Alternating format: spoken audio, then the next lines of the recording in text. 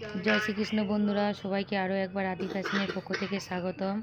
आमी आजके तोमादेरके देखाबो जे एई जे रिबनवाला जे फुलटा एटा किभाबे तोमरा बानाबे तार सठिक पद्धतिते आमी तार मेजारमेंटटा देखाच्छि तोमादेरके। चलो देखे नाओ। देखो आमार काछे एकटा पिस रयेछे चौका पिस। तो এই পিসটাকে প্রথমে দেখো এইভাবে হচ্ছে তিরছা পট্টি করবে, যেইভাবে আমরা তিকোন পট্টি বার করি তো তিরছাভাবে ডবল করে নিয়েছি দেখো। আর তোমরা যতটা লম্বা রাখবে, আমি রেখেছি 20-25 ইঞ্চির মতন। এরপরে দেখো আমি এটা একটু চওড়া করব, সেই জন্য আমি 2 ইঞ্চি নিচ্ছি। তো তোমরা এটা 1.5 ইঞ্চিও চওড়া নিতে পারো বা তার চেয়েও বেশি চওড়া নিতে পারো, যার যেরকম ইচ্ছে হবে সে সেরকম হিসাবে চওড়াটা রাখতে পারে। এরপরে দেখো আমি পট্টিটা সোজা করার জন্য ঘন ঘন 2 ইঞ্চিতে একটা দাগ টেনে দিয়ে সোজাভাবে দাগটা টেনে নিলাম। এরপরে দেখো এই কন মাথানিটা এই কনের দিকটায় এইভাবে তিকোনভাবে করবে, সিজে সমান করে করবে না, তিরছাভাবে করবে। আর অপর দিকেও সেমভাবে দেখো এখানটা কাজটা ওইভাবে তিরছাভাবে করবে। এরপরে দেখো এইভাবে মাঝখানে পিন লাগিয়ে নিবে, তাহলে কী হবে পিসটা সরবে না যখন আমি কাটিং করব।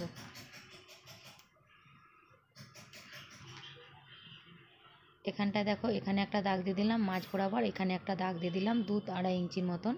তো এখান থেকে এখান পর্যন্ত সেলাই দিতে হবে, এতটা গ্যাপ রেখে আবার এখান থেকে এখান পর্যন্ত সেলাইটা দিতে হবে।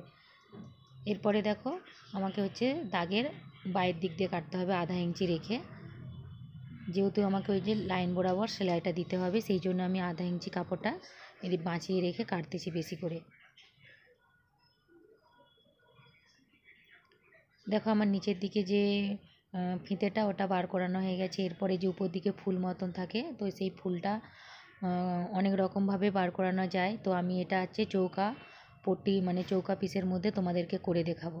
দেখো এটা হচ্ছে দেখো পিসের এরকম করে দেখবে যে কোন দিকটায় কুঁচিটা ভালো হচ্ছে আর কোন দিকটা মানে একটু খোঁচা হয়ে থাকবে। সব পিসে এরকম হয়, মানে যেদিকে সুতোগুলো পরপর থাকে সেই দিকেই নেবে। এরপরে দেখো আমি এখান থেকে নিচ্ছি, যেহেতু এটা আমি ফুলটা 5 ইঞ্চি রাখবো তো 1/2 ইঞ্চি 1 ইঞ্চি এক্সট্রা রাখতে হবে দুদিকে সেলাই দেওয়ার জন্য। তো তোমরা এই ফুলটা তোমাদের হিসেব মতো লম্বাটা রাখবে। আমি আমার 5 ইঞ্চি মানে ফুলটা হবে, আর এখান থেকে আমি নিয়ে নিচ্ছি দেখো ওই 10 ইঞ্চির মতো নিয়ে নিচ্ছি। সেলাই মার্জিন চলে গেলে 9 ইঞ্চিতে ফিটিং হয়ে যাবে। এরপরে দেখো আমি চৌকাভাবে বক্স টেনে নিলাম। এরপরে সেমভাবে 1/2 ইঞ্চি দুধ দিয়ে মানে চকের বাইরের দিক দিয়ে তোমাকে কাটিংটা করতে হবে 1/2 ইঞ্চি কাপড় এক্সট্রা রেখে।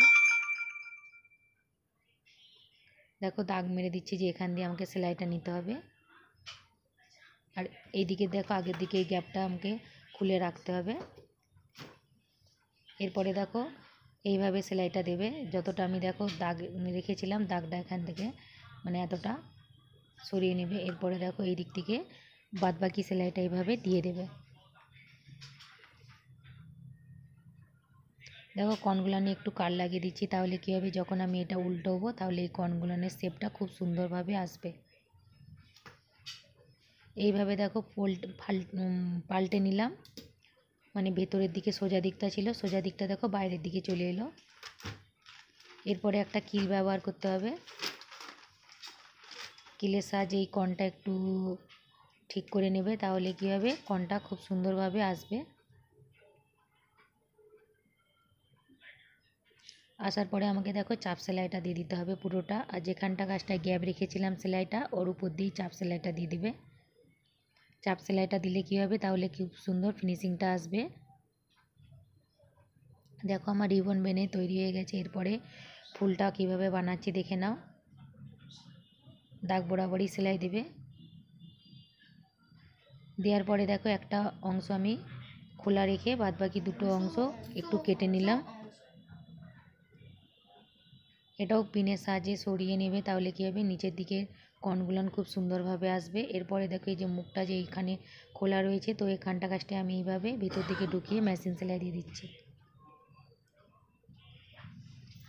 এরপরে দেখো এরকমভাবে পাট করে নিয়ে মাঝ বরাবর এখানে আমাকে কী করতে হবে সুতোর সাহায্যে সেলাই দিয়ে দিতে হবে।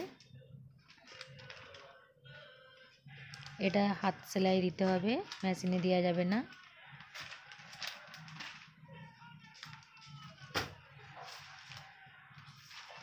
এরপরে দেখো রিবনটা এইভাবে একটা ফোল্ড